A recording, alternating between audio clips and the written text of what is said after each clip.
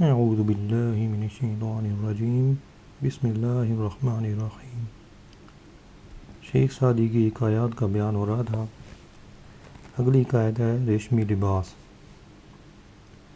Turkestan کے صوبہ جو دنیا بھر میں بہترین کستوری سپلائی کرنے میں مشہور ہے، ختن کے بادشاہ نے کسی پیر روشن ضمیر کو خوبصورت قیمتی ریشمی لباس بھیجا۔ بزرگ نے لباس پہنا اور لانے والے کے ہاتھ کو بوسہ دیا، اس کی تعظیم کی اور بادشاہ کو دعائیں دی۔ ساتھ ہی پیغام بھی دیا کہ بادشاہ سلامت کا بھیجا ہوا جوڑا بہت اچھا ہے، مگر فقیر کی گدڑی اس سے بھی زیادہ اچھی ہے۔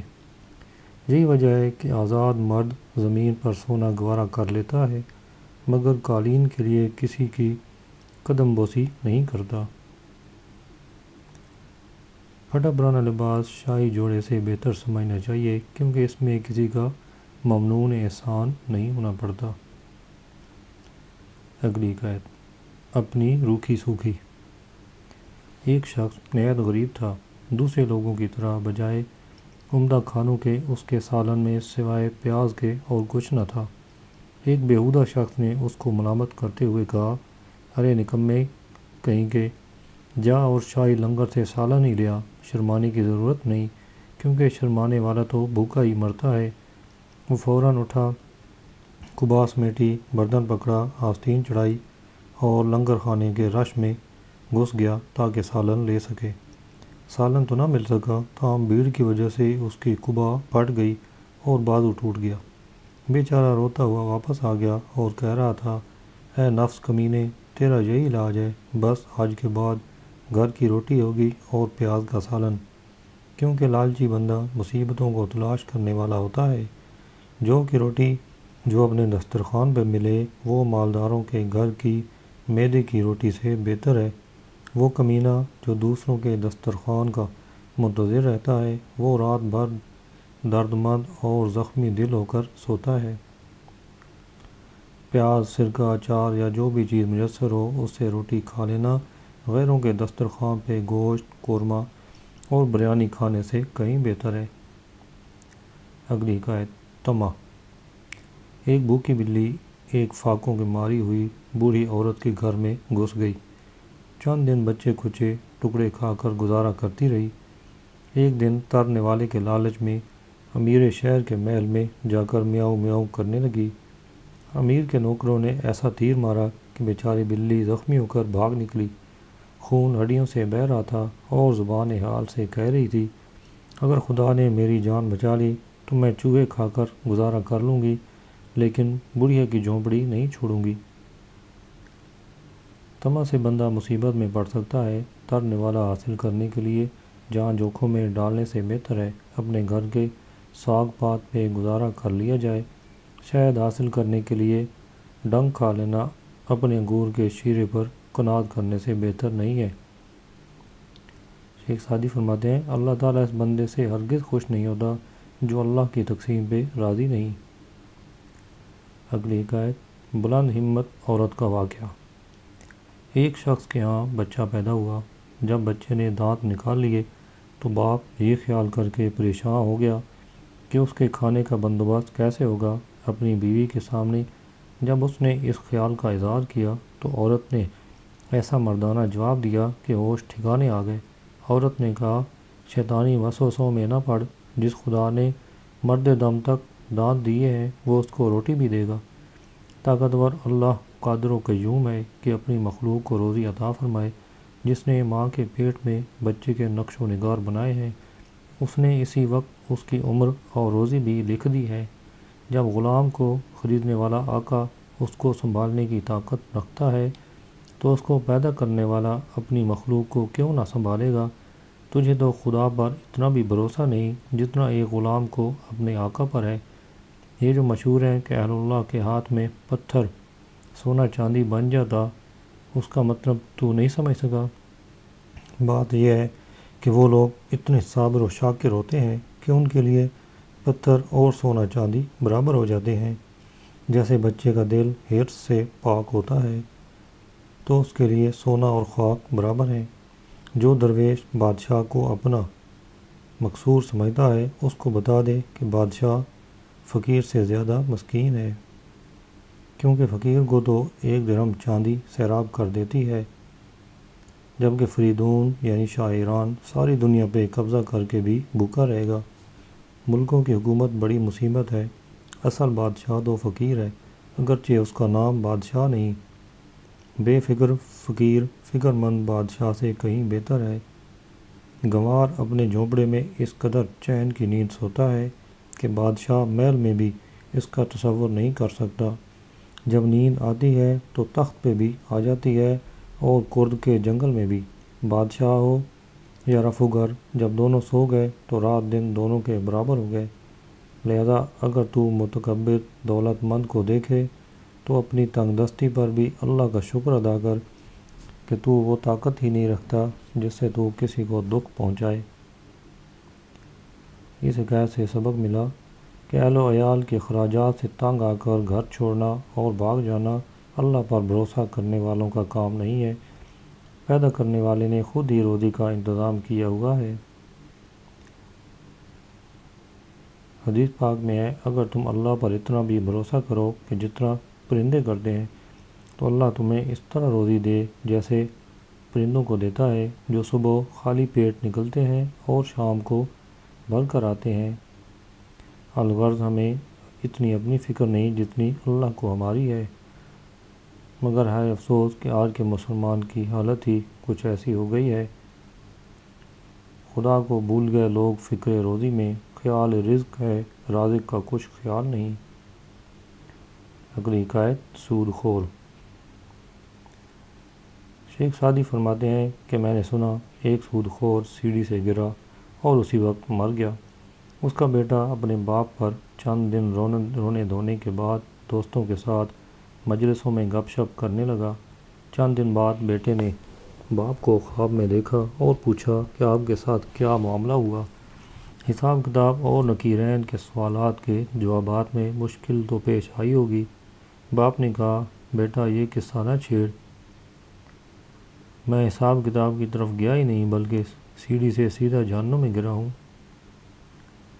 اس حکایت سے سبق ملا، سودی کاروبار کرنے والا اتنا بد نصیب ہے کہ ادھر مرتا ہے اور ادھر دوزخ میں پہنچ جاتا ہے۔ قرآن پاک میں ایک ہی بد نصیب کو اللہ نے اپنے اور اپنے رسول کے ساتھ جنگ کا چیلنج کیا ہے اور وہ بدبخت سود خور ہے، اور ایک بد نصیب کو حدیث پاک میں جنگ کا چیلنج ہے، وہ ظالم ہے جو اللہ کے کسی ولی سے عداوت رکھتا ہے۔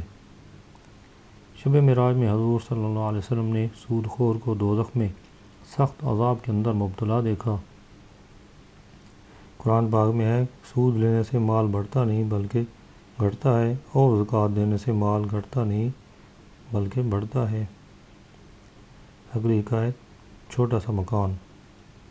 ایک صاحب حیثیت بندے نے اپنے قد کے مطابق چھوٹا سا مکان بنایا۔ کسی نے اس کو کہا، میں جانتا ہوں تو اس سے بہتر بھی بنا سکتا تھا۔ اس نے کہا، بس خاموش رہ، میں عالی شان مکان بنا کے کیا کروں گا؟ جب مکان چھوڑ کے مر جانا ہے تو پھر چھوڑنے کے لیے اتنا ہی کافی ہے۔ جو سیلاب کی گزرگاہ میں مکان بناتا ہے ہو سکتا ہے مکمل ہونے سے پہلے ہی بہہ جائے۔ عقل و تمیز والے جانتے ہیں کہ قافلہ والے راستے پر گھر نہیں بناتے۔ اس حکایت سے سبق ملا، دنیا مسافر خانہ ہے، اس میں بلا ضرورت اور بے تحاشا اخراجات کرنا حماقت ہے۔ اگلی حکایت حکمرانی کا نشہ۔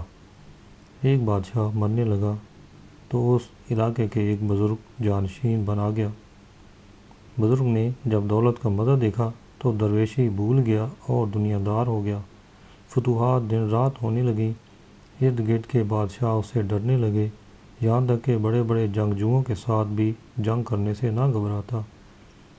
بڑی مخلوق کو مار دیا، آخرکار سارے منتشر یکجا ہو کر اس پر حملہ آور ہوئے، اس کا سخت محاصرہ کر کے تیروں کی بارش کر دی۔ لاچار ہو کر کسی درویش کے پاس دعا کرنے کا پیغام بھیجا کہ جہاں تیر تلوار کام نہ کر سکے دعا کام کر جاتی ہے۔ درویش نے ہنس کے فرمایا، اس سے بہتر نہ تھا کہ آدھی روٹی کھا کر سکون کی نیند سو جاتا۔ اس دولت کے قارون نے کیوں نہ جانا کہ سلامتی کا خزانہ حکومت نہیں بلکہ گوشہ نشینی ہے۔ سلامتی بے فکری اور بھلائی درویشی میں ہے، حکومت و بادشاہی میں نہیں ہے۔ اگلی حکایت، ادائیں سراتائیں۔ سخی کے بعد اگر سونا چاندی نہ بھی ہو تو اس کو سخاوت جیسا ذاتی کمال تو حاصل ہے۔ کمینہ اگر دولت کا قارون بھی بن جائے تو اس کی کمینگی ختم نہ ہوگی۔ سخاوت پیشہ کھانا نہ بھی کھائے تو پھر بھی مالدار ہے، کیونکہ سخاوت زمین کی طرح ہے اور سرمایہ کھیتی کی طرح۔ خرچ کرتا رہے تاکہ یہ درخت پھلتا پھولتا رہے۔ مٹی سے انسان بنانے والا خدا انسان کو ضائع کیوں کرے گا؟ مال جمع کرنے میں بلندی نہیں، کیونکہ ٹھہرا ہوا پانی بدبودار ہو جاتا ہے، جبکہ سخاوت جاری پانی کی طرح ہے جس کی آسمان سے مدد ہوتی ہے۔ کمینہ آدمی مرتبے سے گر جائے تو پھر بحالی مشکل ہو جاتی ہے، جبکہ قیمتی موتی کو زمانہ کبھی ضائع نہیں کرتا۔ ڈیلا اگر راستے میں بھی پڑا ہو تو کوئی اس کو دیکھتا تک نہیں، اور سونے کا ریزہ بھی گر جائے تو لوگ چراغ لے کر ڈھونڈتے ہیں۔ جب شیشہ پتھر میں سے نکال لیا جاتا ہے تو اس سے زنگ کیوں نہ دور کیا جائے گا؟ بندے کی عادتیں اچھی ہونی چاہیے، مال و مرتبہ کچھ نہیں، کبھی آیا کبھی گیا۔ اس حکایت سے سبق ملا، سخی اگر فقیر بھی ہو جائے تو صفت سخاوت اس میں موجود رہتی ہے، اور کمینہ اگر وقت کا قارون بھی بن جائے تو اس کی کمینگی دور نہ ہوگی۔ اگلی حکایت، ان مع العسر یسرا۔ میں یعنی شیخ سعدی نے بزرگوں سے سنا کہ شیراز شہر میں ایک بوڑھا رہتا تھا جس نے کئی بادشاہوں کا دور دیکھا تھا۔ درخت اگرچہ پرانا تھا مگر کھنڈر بتا رہے ہیں عمارت عجیب تھی۔ پھل تیار رکھتا تھا، یعنی حسن میں اپنی مثال آپ تھا، تھوڑی ایسی کہ جیسے سرو پر سیب لگا ہو۔ لوگوں سے تنگ آ کر اس نے اپنا سر منڈا دیا تاکہ حسن میں کمی آ جائے اور لوگوں سے اس کی جان چھوٹے۔ کم وقت نائی نے کھنڈے استرے سے اس کا سر موسیٰ علیہ السلام کے ہاتھ کی طرح سفید کر دیا۔ اس کے ایک عاشق زار نے دیکھا تو بہت پریشان ہوا۔ کسی نے اس کو کہا، اب حقیقت دیکھ لی ہے تو دوبارہ اس سے عشق نہ کرنا، پروانے کی طرح اس کی محبت سے ہٹ جا، کیونکہ کینچی استرے نے اس کے حسن کی شمع گل کر دی ہے۔ عاشق صادق نے چیخ مار کر کہا، میری محبت تو ہوس سے پاک ہے، اسی کے ساتھ جینے مرنے کا وعدہ کر چکا ہوں، اور بدکار لوگ ہی کمزور وعدے کرتے ہیں۔ محبوب خوش طبع اور خوبصورت ہونا چاہیے، بال ہوں یا نہ ہوں، اور پھر بال ہی تو ہیں، اتر گئے ہیں تو گھر کی کھیتی ہے، پھر آ جائیں گے۔ تو نے دیکھا نہیں انگور کی بیل ہمیشہ تازہ خوشے نہیں دیتی، بلکہ کبھی پھل دیتی ہے، کبھی پتے گراتی ہے۔ اچھے لوگوں کے حالات کی تبدیلی مستقل نہیں ہوتی، بلکہ سورج کی طرح ہوتے ہیں، کبھی بادل میں چھپ جاتے ہیں، کبھی ظاہر ہو جاتے ہیں، مگر حسد کرنے والے انگارے کی طرح ہیں جو پانی میں ایک بار گرنے سے ہمیشہ ہمیشہ کے لیے ختم ہو جاتے ہیں۔ لہذا اندھیرے سے ڈرنے کی ضرورت اس لیے نہیں کہ ہو سکتا ہے اس اندھیرے میں آب حیات کا مخفی چشمہ ظاہر ہو جائے۔ ناکامی کی فکر میں پریشان نہ ہو، رات کی کوکھ سے ہی دن جنم لیتا ہے۔ اس حکایت سے سبق ملا کہ حالات کی ناسازگاری سے انسان کو دل برداشتہ نہ ہونا چاہیے کہ دن بدلنے میں دیر نہیں لگتی۔ آج کا کنگال کل کو خوشحال ہو سکتا ہے، اور آج جو تخت پر ہے کل تختے پر لٹک سکتا ہے۔ اگلی حکایت، طریبت کے بیان میں۔ یہاں بے اخلاقیات کے متعلق گفتگو کرنا مقصود ہے، نہ کہ جنگ و جدال اور گیند بلے کے بارے میں، کیونکہ نفس سے صلح کرنے والے کو کسی اور کی دشمنی کی ضرورت نہیں ہے، اس کو ہلاک کرنے کے لیے اس کا نفس ہی کافی ہے۔ جبکہ نفس کو حرام سے روکنے والے رستم اور سام یعنی رستم کے دادے سے بھی بہادری میں آگے نکل چکے ہیں، اور جو شخص اپنے نفس کا مقابلہ نہ کر سکے وہ اپنے دشمن کا بھی کچھ نہیں بگاڑ سکتا۔ لہذا پہلے اپنے نفس کی اصلاح کر، بعد ازاں لوگوں کا سر پھوڑنے کی بات کر۔ تو انسانی وجود میں ایک مکمل شہر ہے جس کا بادشاہ دل ہے اور وزیر عقل۔ اس شہر میں کچھ کمینے عزت دار بنے ہوئے ہیں اور وہ تکبر اور لالچ ہے۔ یہ گویا ڈاکو اور جیب کترے ہیں، اور دراصل تقویٰ اور رضا اس شہر کے حقیقی شرفاء ہیں۔ یاد رکھ، بادشاہ اگر کمینوں پر مہربانی کرے گا تو شرفاء آرام نہ پا سکیں گے۔ کمینوں کی کوشش تو یہ ہوتی ہے کہ بادشاہ کے ساتھ رچ بس جائیں جیسے رگوں میں خون، پھر بادشاہ کو بھی اپنا تابع بنانے کی کوشش کرتے ہیں، اور جب عقل کا وزیر مضبوط ہو تو یہ کمینے بادشاہ اور ملک کا کچھ نہ بگاڑ سکیں گے، کیونکہ ڈاکو اور کمینے پیری والی جگہ پہ نہیں جاتے، اور جو بادشاہ دشمن پہ سختی نہیں کرتا پھر دشمن ہی اس کا تختہ الٹ کر رکھ دیتا ہے۔ اس موضوع پہ زیادہ کچھ کہنے کی ضرورت نہیں، عقل مند کو اشارہ ہی کافی ہے، اور عمل کرنے کے لیے ایک حرف بھی کافی ہے۔ اس عنوان کے تحت اگرچہ شیخ سعدی نے کوئی حکایت بیان نہیں فرمائی، تاہم اخلاقیات کے موضوع پر ایسا حسین درس دیا ہے کہ جس کا ایک ایک حرف سونے کے پانی سے لکھنے کے قابل ہے، اور جس پر عمل کرنے سے دینی اور دنیاوی کامیابی یقینی ہے۔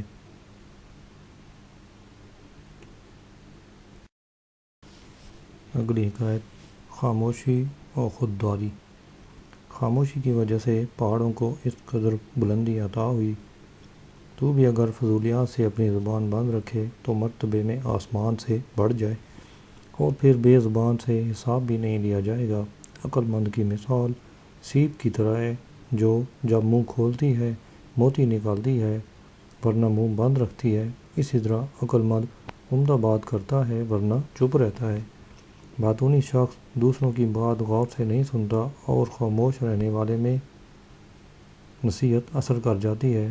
جب تو چاہتا ہی ہے کہ ہر وقت بولتا رہے تو تجھے کسی کے کلام سے لذت کیسے نصیب ہو؟ نہ تو بغیر سوچے بات کر اور نہ کسی کی بات کو کاٹ۔ غلط اور صحیح میں غور کرنے والا حاضر جواب بکواسی سے بہتر ہے۔ کلام کرنا انسان کا کمال ہے، فضول بول کر اس کمال کو عیبدار نہ بنا۔ کم گو کبھی شرمندہ نہیں ہوتا۔ اچھی بات اگرچہ چھوٹی سی ہو کستوری کی طرح ہے، جو کہ مٹی کے بہت بڑے ٹیلے سے کہیں بہتر ہے۔ بیوقوفی کی 10 باتیں کرنے کی بجائے کام کی ایک بات ہی کر۔ بے دھیانی میں 100 تیر چلانے کی بجائے سوچ سمجھ کر ایک ہی چلا دے۔ وہ بات چھپ کر بھی نہ کر کہ اگر وہ ظاہر ہو جائے، جو شرمندگی کی وجہ سے تیرا چہرہ پیلا پڑ جائے۔ دیوار کے ساتھ کھڑا ہو کر بھی غیبت نہ کر، ہو سکتا ہے کوئی دوسری طرف کان لگائے بیٹھا ہو۔ انسان کا دل رازوں کا قید خانہ ہے جو منہ کے ذریعے نکلتے ہیں، لہذا رازوں کے شہر دل کا دروازہ یعنی منہ بند رکھ، تاکہ راز راز ہی رہے۔ عقل مند نے اس لیے منہ کو سی رکھا ہے کیونکہ جانتا ہے کہ شمع زبان سے ہی جلنا شروع ہوتی ہے۔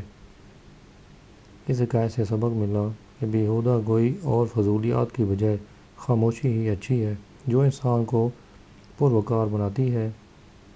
علماء فرماتے ہیں 80% گناہوں کا تعلق زبان سے ہے، باقی 20% کا دیگر اعضاء سے۔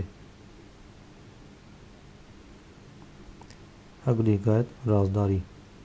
ایک ترک بادشاہ نے ایک مرتبہ اپنے غلاموں کو ایک راز کی بات کہہ کر کہا، یہ بات کسی کو نہ بتانا۔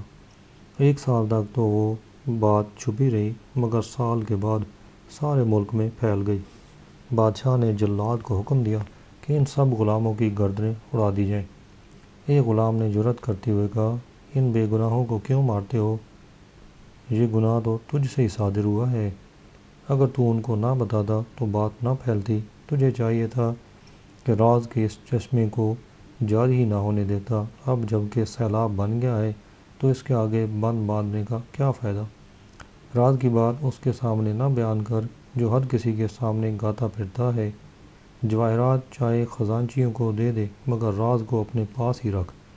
کہنے سے پہلے بات قبضے میں ہوتی ہے، کہہ دی تو قبضہ ختم۔ بات ایک جن ہے جو دل کے کنویں میں قید ہے، اس کو زبان اور تالو پہ مت لا۔ دیو کا راستہ کھولنا آسان ہے مگر اس کو پکڑنا مشکل ہے۔ دیو پنجرے سے نکل جائے تو لاحول پڑھنے سے واپس نہیں آتا۔ مشکی گھوڑے کی رسی تو بچہ بھی کھول سکتا ہے، مگر کھلنے کے بعد اس کو رستم بھی نہ پکڑ سکے گا۔ تو وہ بات زبان پہ لاتا ہی کیوں ہے جو تجھے مصیبت میں ڈال سکتی ہے؟ ایک بیوقوف کسان نے اپنی بیوی کو کیا خوب کہا، بات کرنی ہے تو سمجھ کے کر ورنہ چپ رہ۔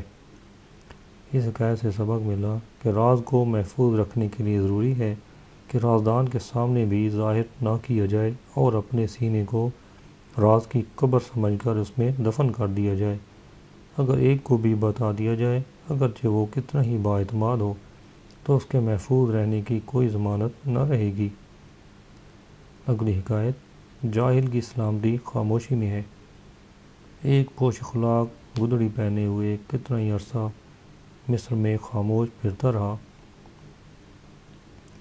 ہر طرح کے لوگ دور و نزدیک سے اس کے پاس پروانہ وار آتے۔ ایک دن اس نے سوچا کہ مرد تو زبان کے نیچے چھپا ہوا ہوتا ہے، اگر میں اس طرح چپ رہا تو میری دانشوری تو چھپی رہے گی۔ آخر کار ایک دن اس نے زبان کھولی تو ہر کسی نے جان لیا کہ اس سے بڑا تو احمق ہی کوئی نہیں۔ سب عقل مند بھاگ گئے اور وہ خود بھی مسجد کی محراب پہ یہ لکھ کر بھاگ گیا، کاش میں شیشے میں اپنے آپ کو دیکھ لیتا اور بولنے کی حماقت نہ کرتا۔ میں نے اپنی بدصورتی کے باوجود جو پردہ اٹھایا ہے تو صرف اس لیے کہ اپنے آپ کو خوبصورت سمجھ بیٹھا۔ کم گو جلدی مشہور ہو جاتا ہے، اگر بول پڑے تو بھاگتا بنے۔ عقل مند کے لیے خاموشی عزت و وقار ہے اور بیوقوف کے لیے پردہ ہے۔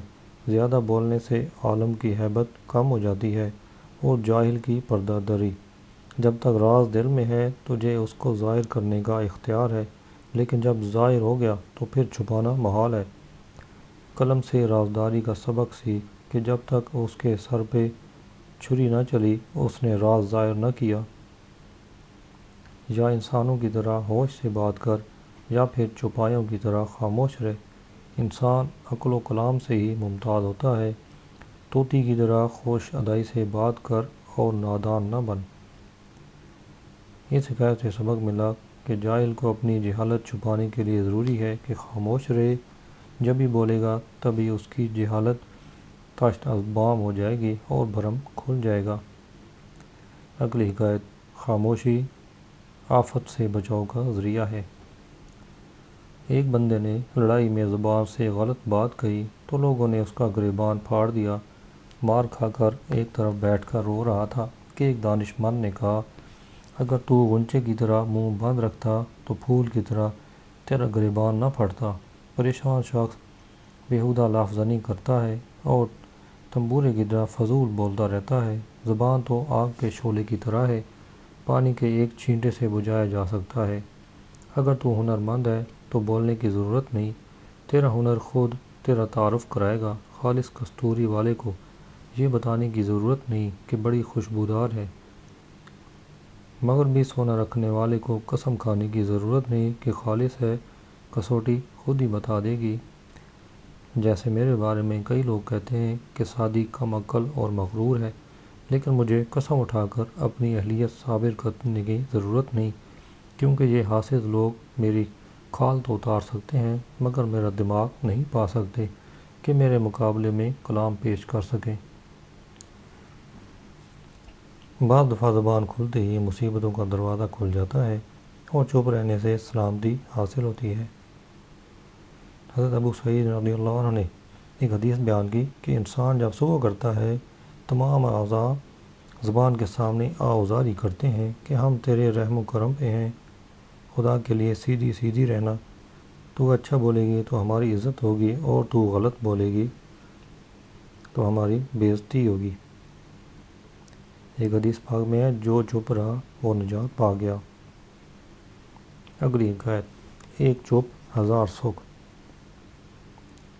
ایک مشہور بادشاہ عزت الدولہ کا بیٹا سخت بیمار ہو گیا اور صبر کا چارہ نہ رہا۔ ایک بزرگ نے اس کو نصیحت کرتے ہوئے کہا، جو جنگلی پرندے تو نے قید کر رکھے ہیں ان کو آزاد کر دے۔ اس نے صبح ہوتے ہی تمام پرندے پنجروں سے رہا کر دیے، لیکن ایک خوبصورت آواز والی بلبل کو بدستور باغ کی محراب پہ پنجرے میں لٹکائے رکھا۔ لڑکے نے بلبل کو دیکھا اور ہنس کر کہا، تجھے تیری اچھی آواز نے پھنسا رکھا، بے شک نہ کہی ہوئی بات پر کوئی بھی دلیل نہیں مانگتا، ہمیشہ کچھ کہنے کے بعد ہی دلیل کا مطالبہ ہوتا ہے۔ جیسے ایک عرصہ میں سعدی نے شعر کہنے چھوڑ دیے تو لوگوں نے مجھ پر تنقید کرنی چھوڑ دی۔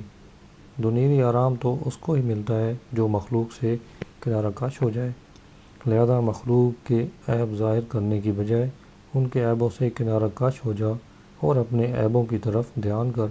اگر وہ بیہودہ بکیں تو ان کی بکواس پہ کان نہ دھر، اور اگر وہ ننگے ہو جائیں تو آنکھیں بند کر لے۔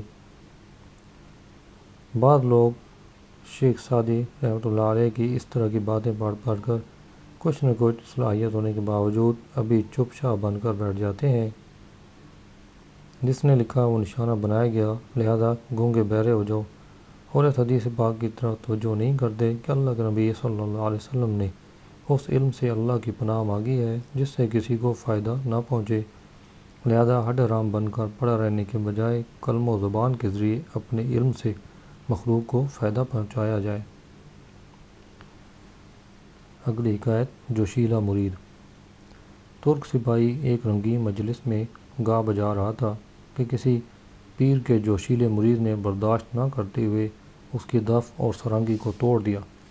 ترکوں نے اس مرید کو بالوں سے ایسے ہی پکڑ لیا جس طرح سے اس نے ستار کو تاروں سے پکڑا تھا، اور ایسے ہی پیٹا جس طرح دف کو پیٹا جاتا ہے۔ ساری رات درد کی وجہ سے سو نہ سکا۔ اگلے روز پیر صاحب کی خدمت میں حاضر ہو کر سارا واقعہ عرض کیا تو پیر صاحب نے فرمایا، اے بھائی، اگر تو اپنا چہرہ پٹوا کر دف کی طرح زخمی نہیں کرانا چاہتا تھا تو تجھے چاہیے تھا کہ سر کو جھکا دیتا اور کہتا کہ سر تسلیم خم ہے جو مزاج یار میں آئے۔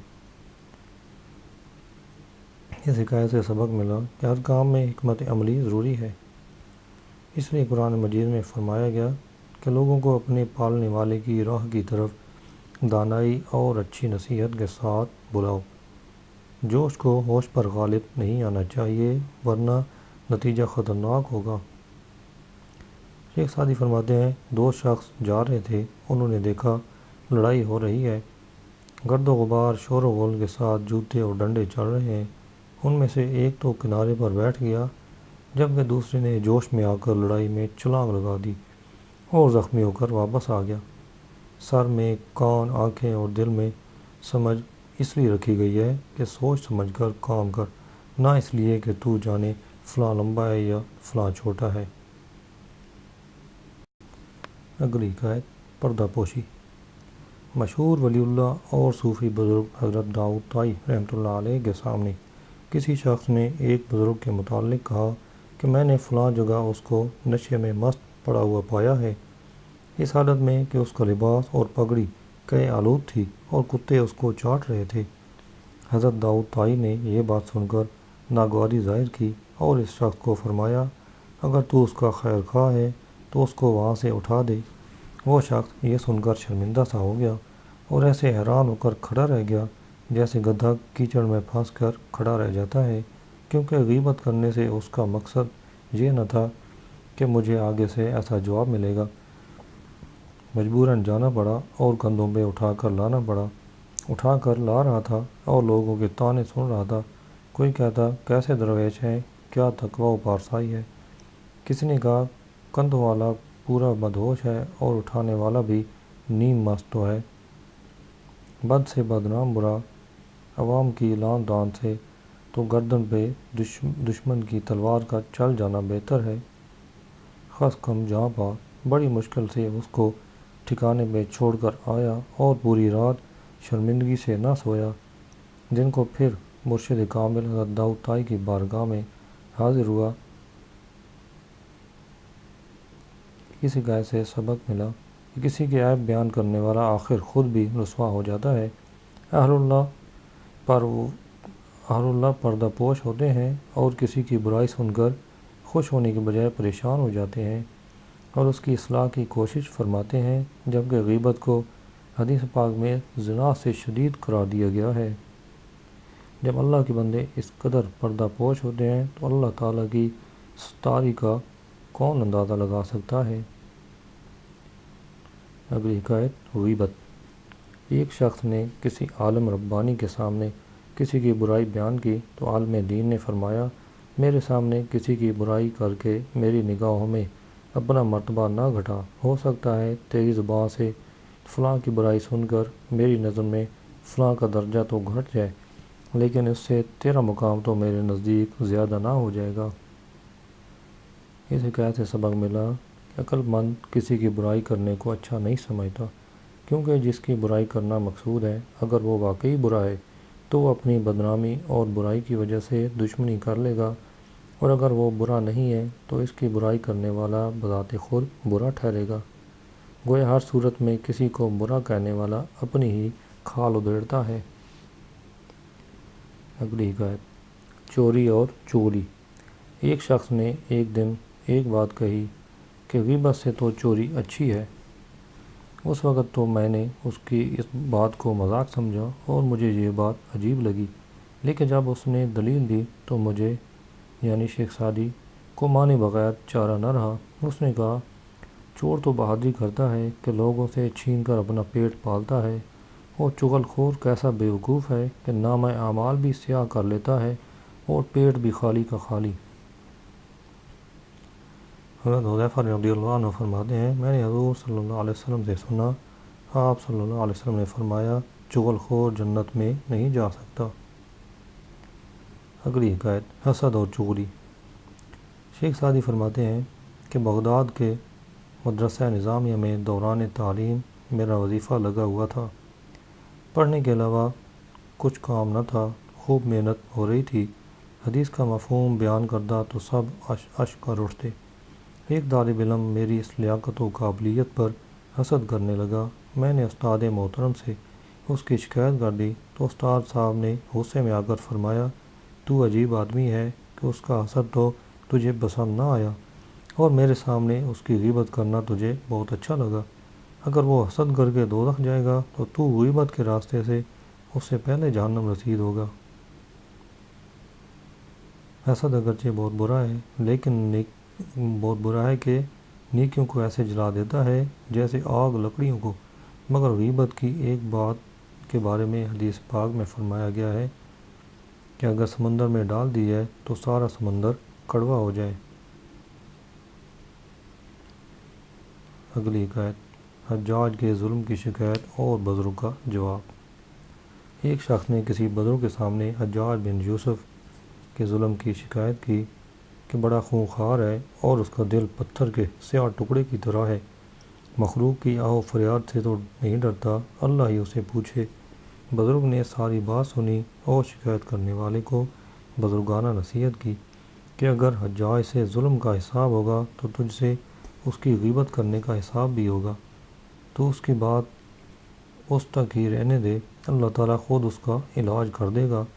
اور جہاں تک میرا معاملہ ہے تو مجھے نہ اس کا ظلم پسند ہے اور نہ تیری چغلی۔ بدبخت تو گناہ کر کے نامہ اعمال سیاہ کر کے دوزخ جاتا ہے، اور چغلی کرنے والا چغلی کر کے اس کے پیچھے دوڑ لگا دیتا ہے کہ اکیلے کیوں جاتے ہو، مجھے بھی ساتھ لے جاؤ۔ گناہگار کی غیبت کرنے والا بھی اس سے کم نہیں ہے کہ وہ اپنے گناہ کی وجہ سے اور یہ اس کی غیبت کی وجہ سے جہنم کی طرف رواں دواں ہے۔ اگلی حکایت اپنوں کا لحاظ۔ میں نے ایک بار کسی درویش صوفی کے بارے میں سنا کہ وہ مذاق میں کسی لڑکے سے ہنس پڑا۔ دوسرا درویش یہ منظر دیکھ رہا تھا، اس نے یہ بات لوگوں کے سامنے اچھال دی کہ اس صوفی کی نیت اس لڑکے کے بارے میں خراب لگتی ہے، تبھی مذاق کر رہا تھا۔ ایک صاحب نظر کو یہ بات پہنچی تو اس نے خوب جواب دیا کہ اپنے صوفی بھائی کی پردہ داری نہ کر، اگر مذاق حرام ہے تو غیبت کب حلال ہے۔ اپنے ساتھیوں کی غلطی سے درگزر کرنا چاہیے، کیونکہ ان کی غلطیوں کو اچھالنا اپنے آپ کو ہی ننگا کرنے کے مترادف ہے۔